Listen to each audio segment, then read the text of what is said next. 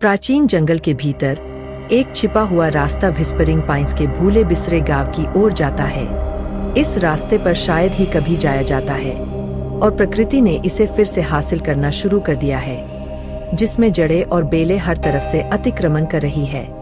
छिपे हुए रास्ते के अंत में आगंतुकों का स्वागत व्हिस्परिंग पाइन्स में उनके आगमन की घोषणा करने वाले एक जीर्ण शीर्ण चिन्ह द्वारा किया जाता है। गांव का प्रवेश द्वार किसी दूसरे समय के द्वार जैसा लगता है, जहां पत्थरों के बीच छायाएं नाचती है। गांव खुद ही भयावह रूप से शांत है। परित्यक्त घरों में ऐसा लगता है जैसे उन्होंने दशकों से निवासियों को नहीं देखा है। हवा टूटी खिड़कियों से फुसफुसाती है, जो कभी अंदर रहने वाले लोगों की कहानियां बताती है। व्हिस्परिंग पाइन्स के दिल में प्रेतवाधित सराय है, एक ऐसी जगह जहां यात्रियों को कभी आराम मिलता था, लेकिन अब उन्हें केवल डर लगता है। कभी कभी ऊपर की खिड़कियों में अजीब रोशनी टिमटिमाती दिखाई देती है, हालांकि कोई भी अंदर जाने की हिम्मत नहीं करता।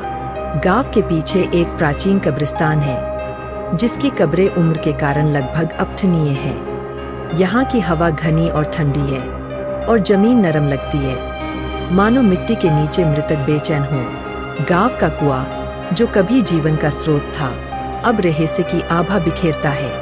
कुछ लोग कहते हैं कि अगर आप ध्यान से सुने तो आप इसकी गहराई से आने वाली धीमी फुसफुसाहट सुन सकते हैं, जो लंबे समय से दबे रहस्यों के बारे में बताती है। गांव से परे एक साफ जगह है, जो लगभग जादुई लगती है। यहाँ चांदनी कहीं और से ज्यादा चमकीली है, जो लंबी छायाएं डालती है और जमीन में उकेरे गए अजीब अलौकिक प्रतीकों को रोशन करती है।